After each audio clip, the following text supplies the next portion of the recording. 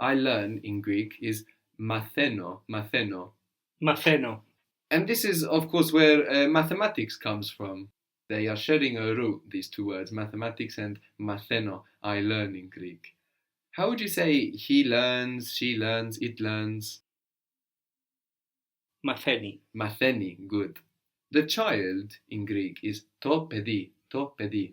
Το παιδί. So the first interesting thing here is that it's neuter. No, the child in Greek is neuter. It doesn't have a gender yet. No, it's not masculine. It's not feminine. It's a child. To pedi. Το παιδί. So how would you say the child learns? Το παιδί μαθαίνει. To pedi matheni. So the child is like he, she, or it. No, we're using matheni. And we can also connect pedi to something in English. In English, we have pedagogy, no, pedagogical, which is about learning. So we have the relationship there between children and learning. Pediatrician, a child, doctor. So matheno is I learn. Course, like a course or a class, is mathema, mathema. Μάθημα. Good. What gender does it look like? Το μάθημα. Yeah, neuter. Neutral. Good. To mathema. Good. So it could have been feminine. It ends in an A, like apologia, apology. But MA shows us that it's neuter, like problema, programma. So the word for class or course is literally like math with mathema, mathema. The course, the class, Το μάθημα. to mathema. I start in Greek. I start is archizo, archizo.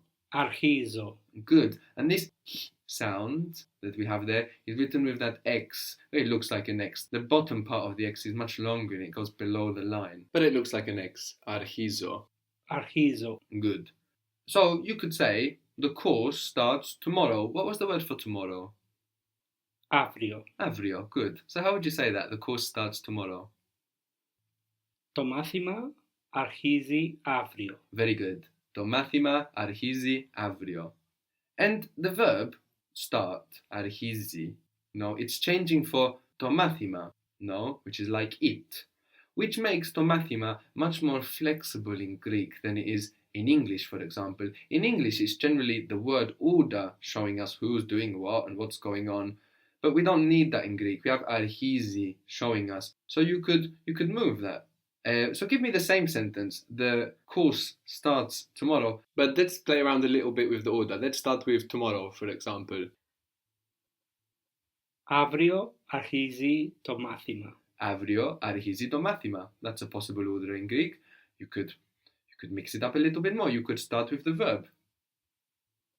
Αρχίζει το μάθημα αύριο. Good. Archizi to mathima avrio. So you have this very flexible word order in Greek, and you can use it to stress different things. And rather than looking at rules about what stresses what, you should just listen out for it, because in a real life context, that emphasis that is achieved in the language is also going to be accompanied by hand expressions and facial expressions and a context that will really help you interiorize it. How would you say I have class? Έχω μάθημα. Echo mathima. Good. So here we have the ch a little bit more harsh, echo, because it's followed by an o, echo mathima. But we mentioned briefly that if we are following that with a e or e sound, it's going to sound softer, this ch that we write like x. How would you say she has class? Έχει μάθημα. Good. There it's softer again, because it's followed by that e sound, echi mathima. The word for there is in Greek, there is iparchi, iparchi. Υπάρχει. Iparchi, there is. So this is what we use for there is in Greek, but actually this verb we would translate as exists, it exists. What we're actually saying there is it exists for there is. Now iparchi, there is actually built of hypo. Now we have this in English like hypoglycemic, low blood sugar, hypoglycemia. Emma in Greek is blood. Neuter, no, ending ma, to emma, the blood. So in iparchi we have hypo, like in hypoglycemia, and archi, the beginning, the start. So hypo means something like below, similar in meaning to this kate, kata that we saw, below, and archi is the beginning. I archi, the beginning, the start. So iparchi you can see it got a little bit contracted and crushed together there. Υπάρχει is something like below the start, meaning there is or exists. Very odd, no? Yeah. How would you say there is a problem? There is problem. We don't need the word for a there. We can just say there is problem. Υπάρχει πρόβλημα. Υπάρχει πρόβλημα. How would you say there's no problem? There isn't a problem. Δεν υπάρχει πρόβλημα. Very good. Δεν υπάρχει πρόβλημα. So υπάρχει is built of ipo and archi, below start, meaning to exist, interestingly or mind-blowingly. And we also saw that we have the verb archizo, I start. We also have, using this ipo, ipomoni. Ipomoni. Ipo means below, no? And moni is actually coming from meno. And this means patience. To below stay, no? Mm-hmm. Patience. Mm-hmm. So tell me again, there is a problem. Υπάρχει πρόβλημα. Υπάρχει πρόβλημα. There is problem. We don't need the word for a there. But you can use the word for a if you want. A problem is ένα πρόβλημα. Mm-hmm. So how would that be?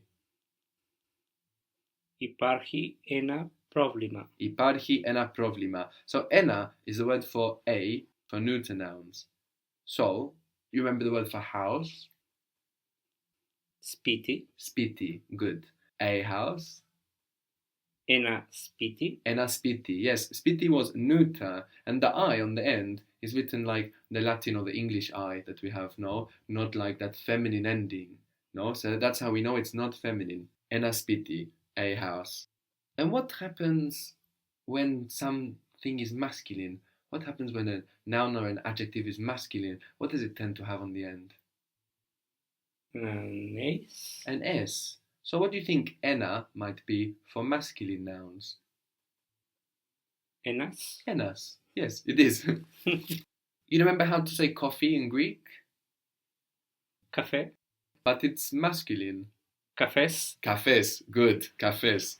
And that will feel a bit uncomfortable with us because we will feel like it's a plural, Yeah. no? But no, this is just a masculine ending in Greek. So a coffee is Ένας καφές. enas cafes. What was the word for here?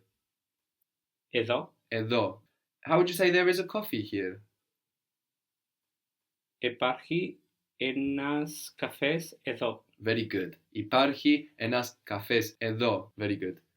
So we have υπάρχει built of ipo and archi, something like below start, which means there is or there exists would be the more literal translation, no? Even there is a song, actually, a very famous song in Greek, Υπάρχω. What does υπάρχω mean? I am here. Well, literally, I exist, but actually in this song it's used a little bit like I am here or there, I'm present, no? The lyrics are something like I'm always present by you in your eyes when they cry or something like this. It's a love song. You can listen to it to practice your Greek. Υπάρχω.